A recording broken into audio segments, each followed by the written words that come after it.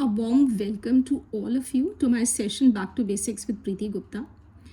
Heartiest congratulations to Farhad and Ritesh. They provided fastest and correct answer to Grammar Teaser 8. Keep doing good work.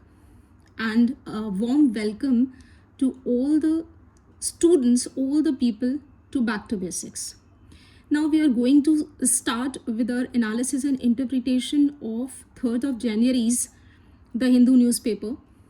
And there are lots of financial terms, economic terms, which will keep coming throughout the editorial. And I'll try to explain them in a very lucid and simple manner so that grasping is easy. Correct? So let's dive without further ado. The goods and service tax revenue of rupees 1.74 lakh crore in December 2025 confirms just how narrow the government's fiscal policy space is. Revenue government के term में income को बोला जाता है, correct. सो जो दिसंबर 2025 में GST की income 1.74 lakh crore हुई, उससे कंफर्म हो जाता है, ये सुनिश्चित हो जाता है कि किस तरीके से गवर्नमेंट की इकोनॉमिक पॉलिसी है वो बहुत ही नैरो है, संकुचित है, छोटी है, करेक्ट. फिस्कल याद रखिए, गवर्नमेंट के टर्म्स में इकोनॉमिक और फाइनेंशियल पॉलिसी को हम फिस्कल बोलते हैं. गवर्नमेंट के टर्म्स में फाइनेंशियल पॉलिसी को हम फिस्कल पॉलिसी बोलते हैं. मतलब सरकार की आर्थिक नीति जो है वो बहुत ही संकुचित है. The December data reflect the economic activity in November, the second month under the new reduced GST rates.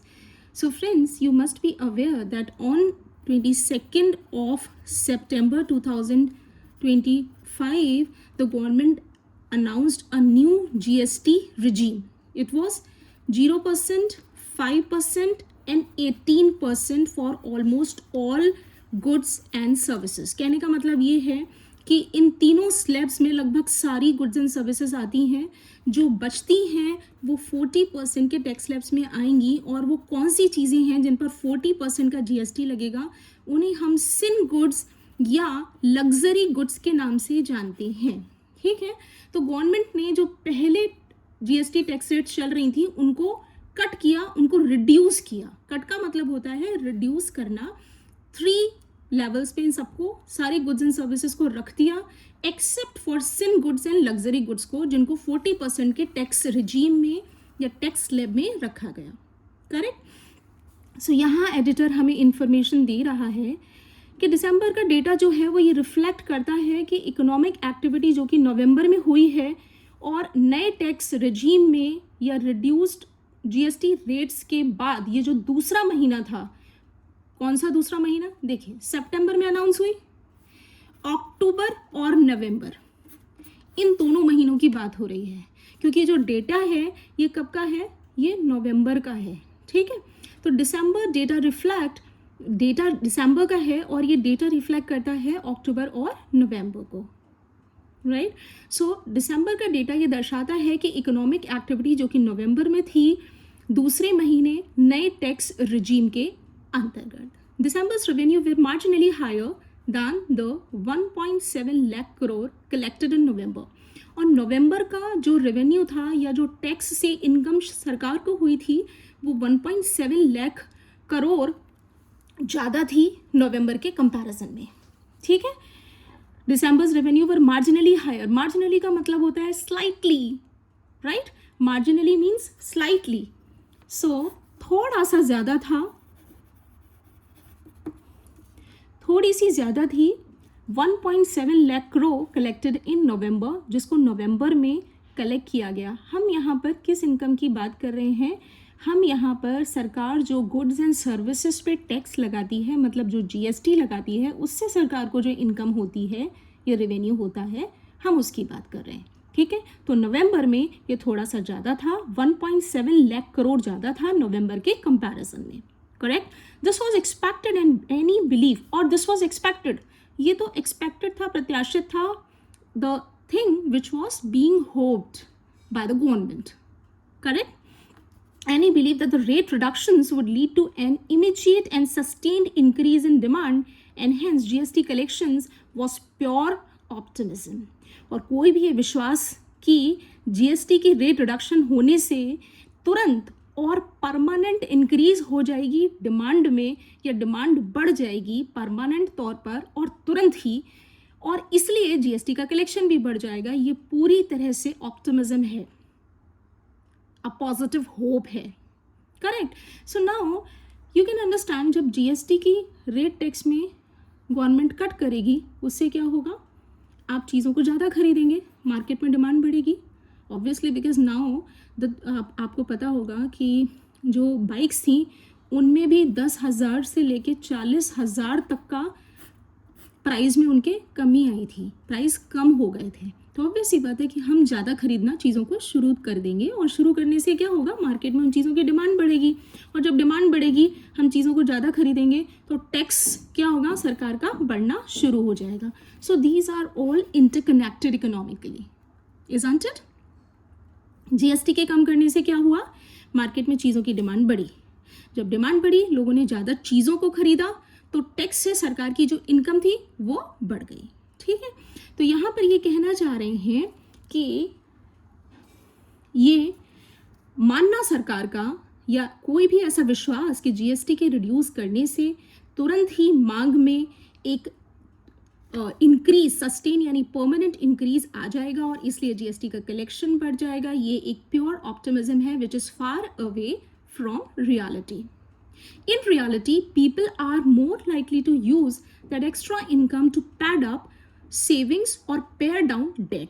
वास्तव में तो या हकीकत में तो लोग क्या करते हैं, बहुत ज़्यादा संभावित है, it's more likely to happen that extra money जो लोगों के पास बचेगा जीएसटी रिडक्शंस होने के बाद, मतलब अब जो कम टैक्स देना पड़ेगा और जो पैसा बचेगा उससे लोग क्या करेंगे, उससे लोग अपनी सेविंग को कुशन अप करेंगे, पेड अप करेंगे। पेड अप का पैड क्या होता है, what is a pad? Pad क्या होता है, एक सॉफ्ट चीज़ होती है। For example, you must have seen the cricketers wearing pad on their legs in order to protect it, extra cushion देता है। तो यहाँ हम सेविंग्स की बात कर रहे हैं, सेविंग्स को बढ़ाएंगे, सॉफ्टर बनाएंगे, कुशन करेंगे। और pare down debt, pare down का मतलब होता है to peel down. You can see ये इस पिक्चर में जो पियर है उसके पील को निकाल दिया गया है।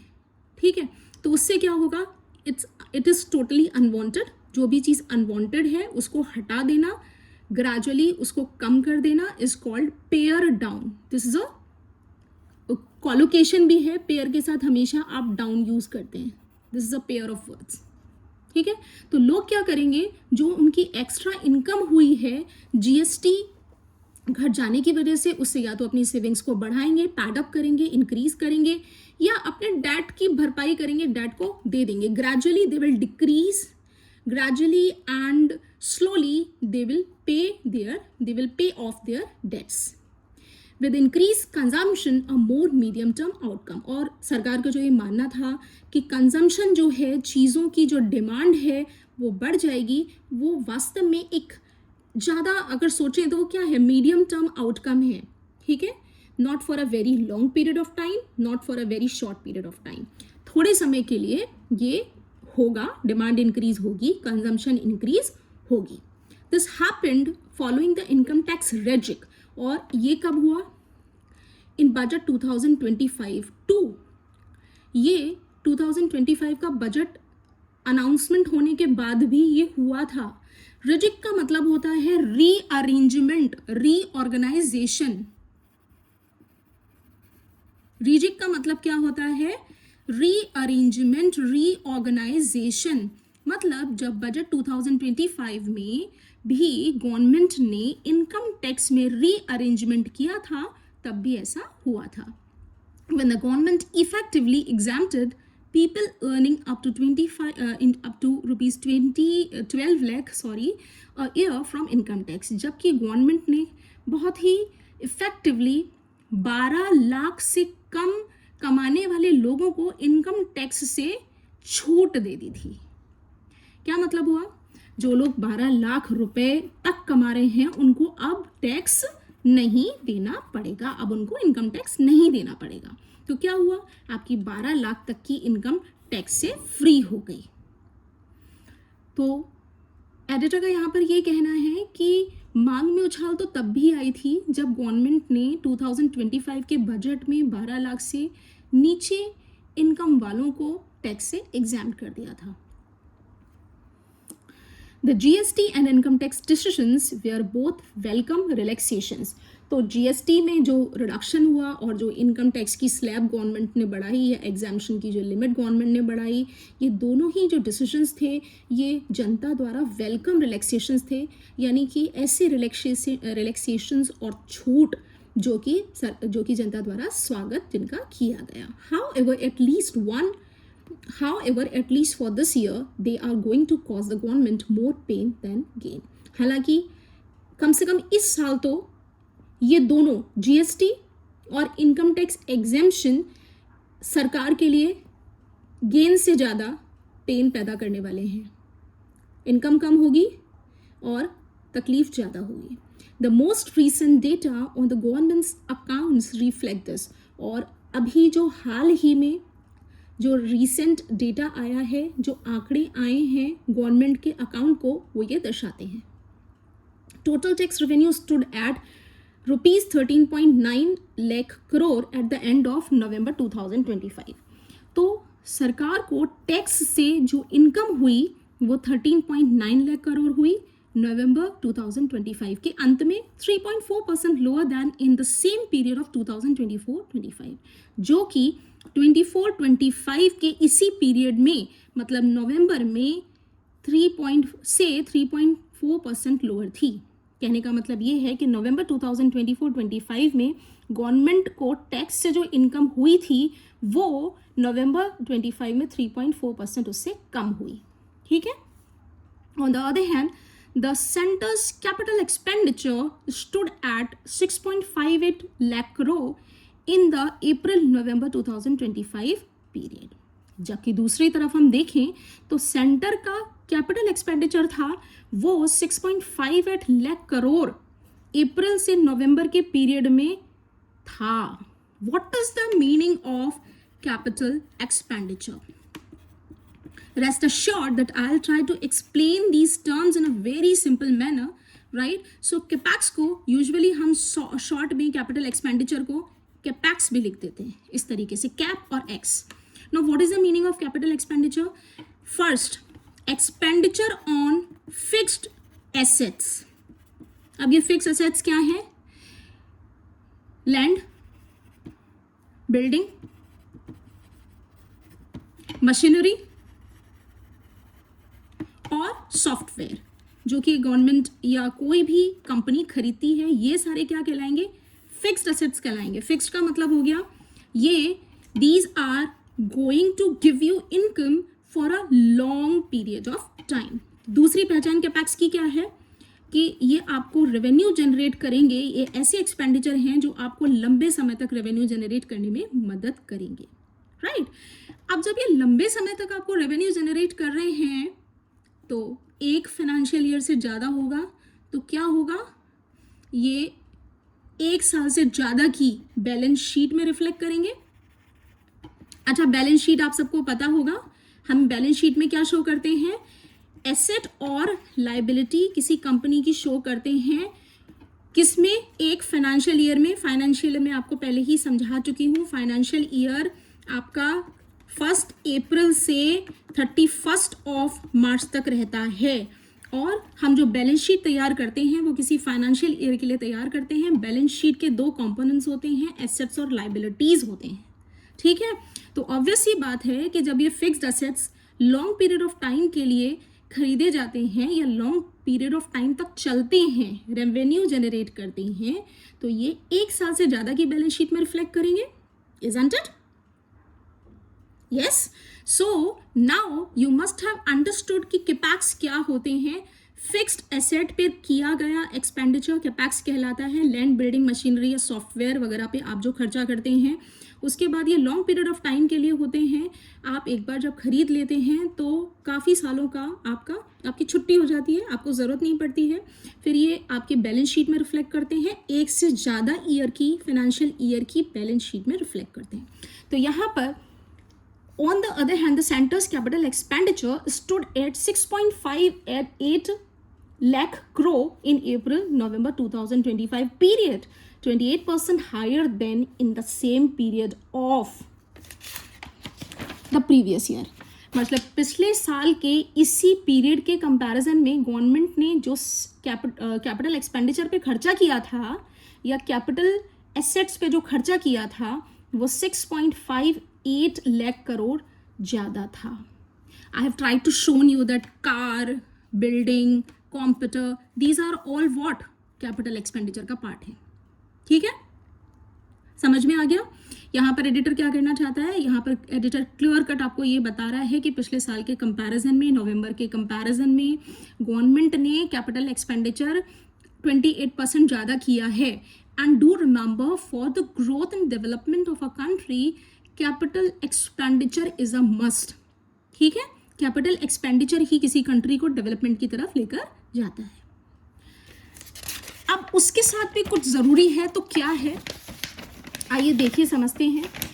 The jump in capital expenditure was balanced out by a much slower growth in revenue expenditure. अभी हमने एक टर्म पढ़ा था कैपिटल एक्सपेंडिचर, अब दूसरा टर्म आ गया रेवेन्यू एक्सपेंडिचर.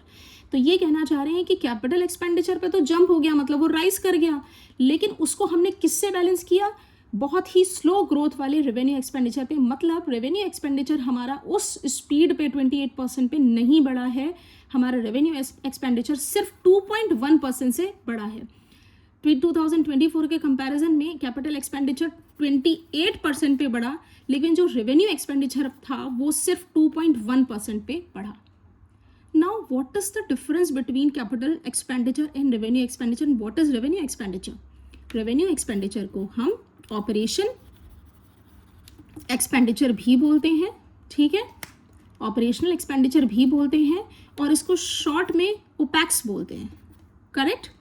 तो बेसिक डिफरेंस दोनों में ये है कि जो कैपिटल एक्सपेंडिचर था वो आप एसेट बिल्डिंग में काम आता है आपके, जबकि जो ऑपरेशनल एक्सपेंडिचर है उससे आप डेली ऑपरेशंस में यूज़ करते हो. यहाँ से याद कर लेना, ऑपरेशनल एक्सपेंडिचर है तो डेली ऑपरेशंस में जिन चीज़ों पे खर्चा किया जाता है वो सब आपके ऑपरेशनल एक्सपेंडिचर में आएंगे. अच्छा, कौन कौन सी चीज़ें हैं जिनका यूज़ हम शॉर्ट टर्म के लिए करते हैं या डेली के लिए करते हैं? देखिए, हम पेंशन्स पे करते हैं, हम सैलरी पे करते हैं, यूटिलिटीज़ यानी दफ्तर में जिन जिन चीज़ों पे खर्चा हो जाता है वो सारी चीज़ें, इलेक्ट्रिसिटी हर महीने देनी पड़ती है, रिपेयर्स हर महीने कराने पड़ते हैं या डेली के होते हैं. तो ये सारे जो कि आपको बिजनेस को रन करने के लिए डेली या डे टू डे बेसिस पे ज़रूरत पड़ती है, वो सारे आपके हो गए ऑपरेशनल एक्सपेंडिचर. करेक्ट. सो ये आपके फिक्स्ड नहीं है. क्यों नहीं है? क्योंकि इनको डेली ज़रूरत है आपको करने की. इन खर्चों को डेली किया जाता है, इसलिए आपके ये बैलेंस शीट का पार्ट नहीं होते, बल्कि किसका पार्ट होते हैं? ये इनकम एंड एक्सपेंडिचर स्टेटमेंट का पार्ट होते हैं. कोई भी कंपनी 3 फाइनेंशियल स्टेटमेंट्स बनाती है. कौन कौन से होते हैं? बैलेंस शीट होती है, दूसरी प्रॉफिट एंड लॉस, और तीसरा इनकम एंड एक्सपेंडिचर. ये याद कर लीजिए. Whenever you are going to face an interview for a financial market or a financial sector or banking sector, these are certain things which should be on your tips to keep you ahead of the other students, right? So यहाँ पर उसने ये कह दिया कि भैया capital expenditure में तो गवर्नमेंट ने 28% ज़्यादा एक्सपेंडिचर किया 2024 के कंपैरिजन में, नवंबर 2024 के कंपैरिजन में, लेकिन जो रेवेन्यू एक्सपेंडिचर था उसमें सिर्फ 2.1% की ही बढ़ोतरी की है. However, of the 2 types of spending अगर हम देखें तो इन दोनों तरीके की स्पेंडिंग्स में से the revenue government has much less discretion. तो किस रेवेन्यू पर गवर्नमेंट का कम हस्तक्षेप हो सकता है, कम डिस्क्रिशन है? क्या मतलब हुआ? कम वोल्यूशन है, कम इंटरफेरेंस कर सकती है. ठीक है, किस में कम इंटरफेरेंस कर सकती है? Over revenue expenditure. मतलब जिस पर गवर्नमेंट की खुद की वोल्यूशन या खुद की जो विश है वो कम काम करती है, वो रेवेन्यू एक्सपेंडिचर के केस में करती है, क्योंकि यहाँ वो खर्चे होते हैं जो सैलरीज पे, पेंशन पे और जो गवर्नमेंट ने लोन्स लिए होते हैं उनकी इंटरेस्ट पे होते हैं। आपको क्लियर हुआ होगा what does it mean to say. देखिए, किसी बिल्डिंग को खरीदना है 2 करोड़ की जगह गवर्नमेंट 1 करोड़ की खरीद लेगी।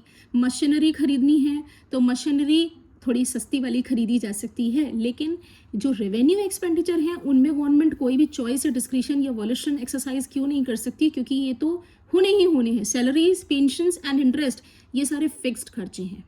This can not be kept subdued for long, और इनको आप बहुत लंबे समय तक डिप्रेस्ड, लोअर नहीं रख सकते हैं। What is the meaning of subdued? At a lower level or depressed or low. ठीक है, इनको नहीं रख सकते हैं। The government has valiantly tried to bolster its earnings through the new excise and GST rates on tobacco products.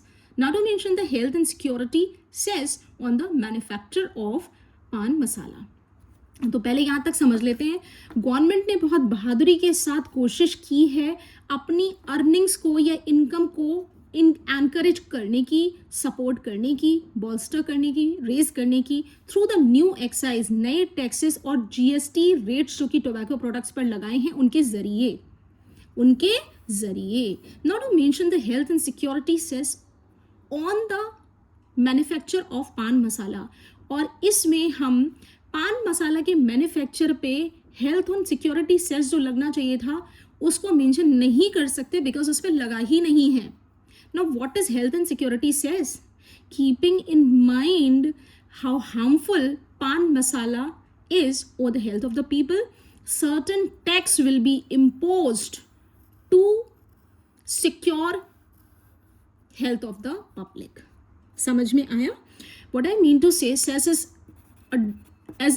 another type of tax. किसी purpose से sex लगाया जाता है, किसी दूसरी जगह खर्चा करने के लिए सेस लगाया जाता है। ठीक है, जैसे आपने एजुकेशन सेस का नाम सुना होगा। जब आप सेस लगाते हैं और उससे जो टैक्स जनरेट होता है उसे जब एजुकेशन पे खर्च किया जाएगा तो वो कहलाएगा एजुकेशन सेस। सिमिलरली जब हेल्थ और सिक्योरिटी पर्पस से टैक्स को यूज़ किया जाएगा तो वो कहलाएगा हेल्थ और सिक्योरिटी सेस। तो यहाँ पर एडिटर का ये कहना है कि पान मसाला की मैन्युफैक्चरिंग पे गवर्नमेंट ने हेल्थ और सिक्योरिटी सेस शायद नहीं लगाया है। नॉट टू मेंशन, इसकी वो बात ही नहीं, मेंशन ही नहीं करना चाहते, उसको वो यूज़ या मेंशन नहीं करना चाहते हैं। ठीक है। However, since all these new rates and cesses will come into effect only on February 1, हालांकि ये सारे के सारे जो सेसेस और टैक्स की बातें हो रही हैं, न्यू टैक्स रेट्स की, वो February 1 से इफेक्टिव होंगे, लागू होंगे, जारी होंगे। There full benefit will be felt only in the next financial year, और उनके पूरे फायदे केवल अगले फाइनेंशियल ईयर में ही महसूस किए जा सकते हैं। यानी हम बात कर रहे हैं 2026 फाइनेंशियल ईयर की। Yet the troubles for the government's finances do not end here. तब भी गवर्नमेंट की जितनी भी परेशानियां हैं फाइनेंसेस को लेकर वो यहाँ पर ख़त्म नहीं होती हैं। The remarkably low levels of wholesale inflation this year, averaging 0.08% so far, have also meant that the size of the nominal GDP would likely to be smaller than the initially budgeted. अब इसको हम break कर करके पढ़ेंगे जिससे समझना बहुत आसान हो।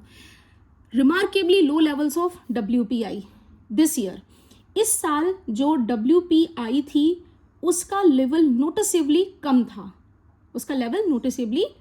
Now what is this wholesale inflation? देखिए WPI और RPI बेसिक में दोनों डिफरेंस क्या है? WPI means wholesale price index and RPI means retail price index. Wholesale का मतलब है प्रोड्यूसर से ट्रेडर्स तक जो चीज़ें पहुंची उसमें जो इन्फ्लेशन हुआ, होलसेल प्राइस इन्फ्लेशन।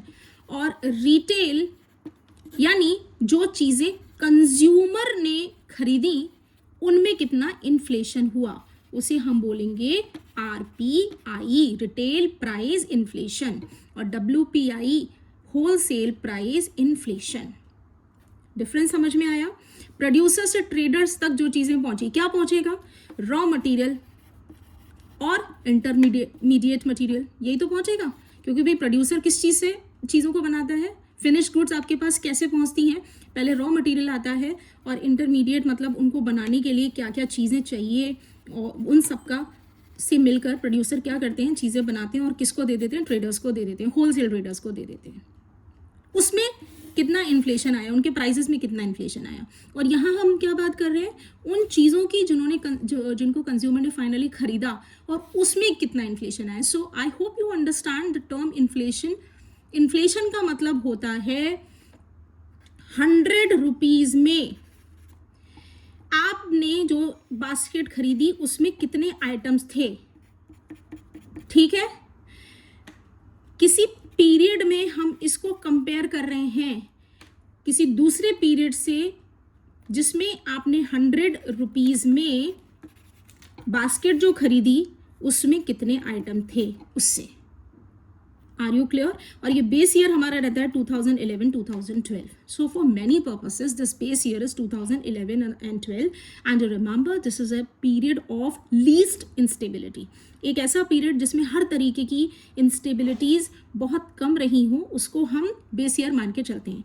तो हम इन्फ्लेशन को किससे समझते हैं कि किसी एक पीरियड में आपने 100 रुपये में कितनी चीज़ें खरीदी, आपकी बास्केट में कितनी चीज़ें थी, उससे 100 रुपीज़ में 2011-12 में आपकी बास्केट में कितनी चीज़ें आ जाती थी, उससे हम कंपेयर कर रहे हैं। तो हम WPI की यहाँ पर बात कर रहे हैं, the remarkably low levels of wholesale inflation this year.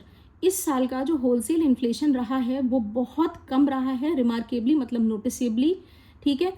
कितना रहा है, एवरेज उसका 0.08% रहा है अभी तक। Have also meant that the size of the nominal GDP would likely to be smaller than initially budgeted। इसका अर्थ ये भी है कि हमारा जो नॉमिनल GDP का जो साइज है वो कम रहेगा जितना इनिशियली बजट करते समय सोचा गया था उससे। नॉमिनल GDP का साइज कम रहेगा ना। Another concept, what is this nominal GDP? Simple, the monetary value of all goods and services produced in a country in a period of time.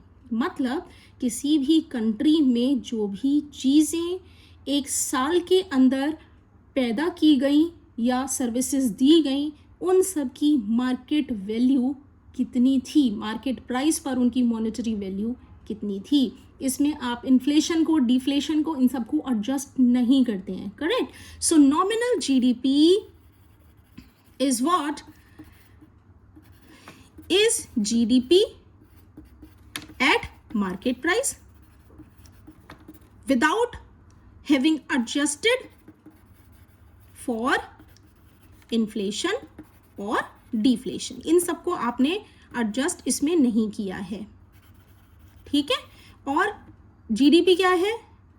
GDP monetary value है आपके country में किसी specific time period में goods and services की कितना कीमत आंकी गई, ये वो है।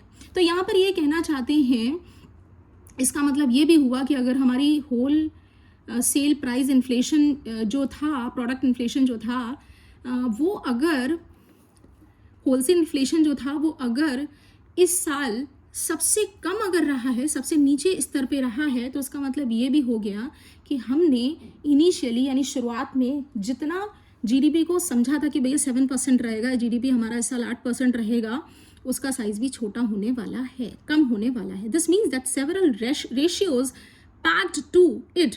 इसका मतलब ये भी है कि बहुत सारे रेशियोज जो इससे हम जोड़कर देख रहे थे, जो कि इससे जुड़े हुए हैं, most pertinently the fiscal deficit and debt GDP ratio would automatically come in larger than earlier estimated। तो जितने भी रेशियोज इसका जोड़कर देखे जाते हैं, खास तौर पर fiscal deficit ratio and debt to GDP ratios, ये भी अब अर्लियर एस्टिमेट से ज़्यादा बड़े दिखाई देंगे। घबराइए मत, I am here to tell you because I am a banker, so I am better adapted to using these ratios while analysing any loan, ठीक है। देखिए ये रेशियोज क्या होते हैं। सबसे इंपॉर्टेंट जो रेशियो है वो कौन सा है? Current ratio. इसमें हम किसी को लोन देने से पहले क्या देखते हैं, उसका करंट असेट क्या था और उसकी करंट लाइबिलिटी क्या थी। अगर उसका असेट 100 रुपये है और लाइबिलिटी 120 है तो क्या हम उसे लोन देंगे? नहीं देंगे। यहाँ पर इसी रेशियो की, पर्टिकुलरली करंट रेशियो की बात हो रही है कि गवर्नमेंट के टर्म में कौन कौन से रेशियोज हैं। एक तो इन्होंने बताया कि फिस्कल डेफिसिट रेशियो, अब हम ये गवर्नमेंट के टर्म में समझ लेते हैं, ये तो हम लोन की बात कर रहे हैं, ठीक है। एक रेशियो ये करंट रेशियो होता है, देन एक क्विक रेशियो होता है, जिसे हम एसिड रेशियो भी बोलते हैं या एसिड टेस्ट भी बोलते हैं, ठीक है। लेकिन यहाँ पे गवर्नमेंट के अगर टर्म्स में बात करें तो फिस्कल डेफिसिट क्या है, फिस्कल डेफिसिट रेशियो क्या है? गवर्नमेंट का एक्सपेंडिचर ज़्यादा रहा है गवर्नमेंट के रेवेन्यू से, तो क्या हो गया? डेफिसिट हो गया। भैया अगर आप खर्चा ज़्यादा कर रहे हो, आपकी इनकम ज़्यादा है, तो क्या होगा? डेफिसिट ही तो होगा, कम ही तो होगा। और फिस्कल का मतलब होता है फाइनेंशियल, तो फाइनेंशियल डेफिसिट मतलब एक्सपेंडिचर ज़्यादा है रेवेन्यू से। अगर सरप्लस हो रहा है तो क्या होगा? सिचुएशन रिवर्स होगी, मतलब रेवेन्यू ज़्यादा है और एक्सपेंडिचर कम है। तो एक रेशियो समझ में आ गया किस फिस्कल डेफिसिट की बात हो रही है। और दूसरा जो उन्होंने बताया, डेट टू जीडीपी रेशियो, मतलब गवर्नमेंट ने जो कर्जे ले रखे हैं वो सरकार की कमाई से कम है। Simple, external debt that the government has taken over a period of time that it has to repay, those debts are more than the income of government over that period of time, वो ज़्यादा है। तो ये government, यहाँ पर editor क्या कहना चाह रहा है? देखो भाई, जीडीपी की जो हमने पहले सोचा था कि भैया 8% पे जाएगी, होलसेल इन्फ्लेशन की वजह, जो होलसेल इन्फ्लेशन रहा वो कम हो गया, 0.08% पे पहुंच गया। तो भाई जीडीपी भी तो एस्टिमेटेड से कम हो गई, नॉमिनल जीडीपी। अब नॉमिनल जीडीपी कम हो गई तो इससे जुड़े हुए जितने भी दूसरे रेशियोज हैं, यानी कि फिस्कल डेफिसिट और डेट टू जीडीपी, ये बढ़ जाएंगे, ये बढ़ जाएंगे, क्योंकि हमारा जीडीपी बढ़ गया है, ठीक है। जीडीपी कम हो गया है, जीडीपी हमारा एक्सपेक्टेड से कम हो गया है। जब जीडीपी एक्सपेक्टेड से कम होगा या इनकम एक्सपेक्टेशन से कम होगी तो क्या होगा? ये रेशियोज बढ़ नहीं जाएंगे, डेफिसिट बढ़ जाएगा, डेफिसिट बढ़ जाएगा, क्योंकि एक्सपेंडिचर ज़्यादा है रेवेन्यू से, इनकम से। तो ये आपका फिस्कल डेफिसिट रेशियो बढ़ जाएगा, एक्सपेंडिचर बढ़ जाएंगे आपके, करेक्ट। और उसी तरीके से डेट भी बढ़ जाएगा, क्योंकि देखिए दोनों ही केसेस में दूसरा जो रेशियो का पार्ट है वो क्या है? रेवेन्यू तो है, रेवेन्यू तो है। रेवेन्यू अगर आपका कम होगा तो एक्सपेंडिचर बढ़ा, कंपैरेटिवली आपका डेफिसिट बढ़ा। उसी तरीके से आपका जीडीपी अगर नहीं बढ़ रहा है, कम है, तो डेट आपके ज़्यादा हैं, तो आपकी रिपेइंग कैपेसिटी कम हुई। I think now you must have a clear cut idea of these things. Even if you don't have, you can write your queries in the comment section, correct? So the center has displayed commendable fiscal discipline over the last few years. Centre ने बहुत ही तारीफ करने योग्य fiscal discipline या financial discipline पिछले कुछ सालों में दर्शाया है। However, this year it has placed before itself the unenviable choice of either pulling back on growth generating capital expenditure or risking missing it fiscal targets. So देखिए बहुत easy है। हालांकि इस साल it has place before itself, इस साल इसने अपने सामने अनएनविएबल यानी डिफिकल्ट अनप्लेजेंट सिचुएशन को रख लिया है।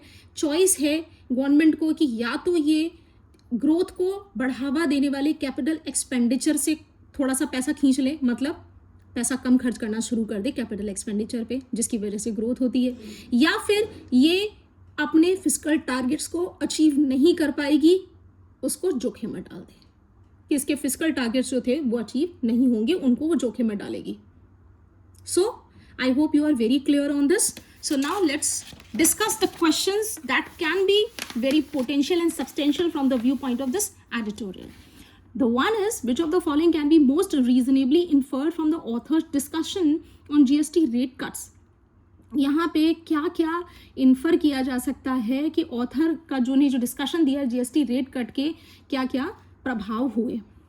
तो देखिए ऑथर ने क्लियर कट या एडिटर ने क्लियर कट बोला है कि गवर्नमेंट ने जीएसटी रेट कट किए थे क्योंकि उसे ये लग रहा था कि डिमांड में उछाल आ जाएगा, और जब डिमांड में उछाल आएगा, चीज़ लोग ज़्यादा खरीदेंगे, तो उसका जीएसटी कलेक्शन या रेवेन्यू जो होगा वो बढ़ जाएगा। बट ऐसा कुछ भी नहीं हुआ। क्या हुआ? The people began to use that extra money that they saved for padding up their savings और to pay off their debts. ठीक है, यही दो चीज़ें इन्फर होती हैं। लोगों ने ज़्यादा सेविंग करना शुरू कर दिया और अपने कर्जे उतारने शुरू कर दिए। The primary purpose of the passage is to, passage का प्राइमरी पर्पज क्या है? This question I am leaving to you, I am giving you just a brief idea. Primary purpose editorial का ये है कि लॉन्ग टर्म जो physical policy की government के जो लॉन्ग टर्म बेनिफिट्स वो एक्सपेक्ट कर रही थी वो सब नहीं हुए हैं, ठीक है। जो पॉलिसी में बहुत सारे फ्लॉज निकल के सामने आए हैं, जो एक्सपेक्टेशन थी वो मीट नहीं हुए हैं, जो टारगेट्स थे वो मीट नहीं हुए हैं। नॉमिनल जीडीपी कम हो जाने की वजह से उससे रिलेटेड जितने भी रेशियोज थे वो भी अब बड़े दिखाई देंगे। रेशियो कैलकुलेट ही ऐसे किया जाता है, ठीक है। और उसमें से चूंकि एक कॉम्पोनेंट आपका रेवेन्यू है या जीडीपी है, तो ऑब्वियस सी बात है कि अगर आप रेशियो के एक कॉम्पोनेंट में आपको रेवेन्यू या जीडीपी कम हो रहा है तो वो रेशियोज आपके बड़े हो जाएंगे, correct. Now according to the passage which of the following offset the sharp rise in capital expenditure during April to November 2025। April to November 2025 में किन फैक्टर्स की वजह से कैपिटल एक्सपेंडिचर जो थे उनमें शार्प राइज जो आया था, कैपिटल एक्सपेंडिचर जो गवर्नमेंट ने ज़्यादा किए थे, 28% ज़्यादा कैपिटल एक्सपेंडिचर हुए थे, किन वजह से वो ऑफसेट हो गए। आई hope you must be clear. पहले तो यहाँ पर ये बोला है कि एक मिसमैच हो गया, रेवेन्यू एक्सपेंडिचर कम हुआ, कैपिटल एक्सपेंडिचर ज़्यादा हुआ, मतलब पेंशन, सैलरी, जो फिक्स एक्सपेंसेस थे जिनमें गवर्नमेंट की डिस्क्रिशन या वॉल्यूशन काम नहीं कर सकती थी वो गवर्नमेंट को करने ही करने थे। तो कहाँ 2.1% तो कहाँ 28%, किस वजह से ऑफसेट हो गए, ठीक है। ये आपको आंसर मिल गया होगा, ठीक। Now in the sentence people are more likely to use that extra income to pad up savings or pare down debt, the phrase pare down most nearly means, pare down का मतलब क्या है, to pay off their debts के sense में use हुआ है यहाँ पर। so whichever option will be the nearest you have to pick that। so आपको यहाँ पर समझना है कि यहाँ पे ग्रेजुअली लोगों ने अपने डेट को उतारना शुरू कर दिया, क्योंकि जीएसटी से कट से जो उनको बेनिफिट्स हुए थे, जो उनकी सेविंग हो रही थी, उससे इंसान ने पहले कर्जे उतारे हैं, ठीक है। The author's attitude towards the government fiscal policy in the current year can best be described as, देखिए गवर्नमेंट की तारीफ तो एडिटर ने एक पॉइंट ऑफ टाइम पे करी है कि कमेंडेबल एफर्ट्स रहे हैं, कैपिटल एक्सपेंडिचर बहुत बढ़ाया है गवर्नमेंट ने, लेकिन at the same time sceptical हैं। और साथ में उसने ये भी बोला है कि ये सब करने से भी टारगेट अचीव नहीं हुए हैं, एक्सपेक्टेशंस मीट नहीं हुई हैं, ठीक है। तो क्या है, थोड़ा सा स्केप्टिकल एटीट्यूड है, right. And this is how you have to understand an editorial from the perspective of RC. And thank you very much for this session. Kindly do like, share and subscribe to my channel, right. Thank you, bye bye.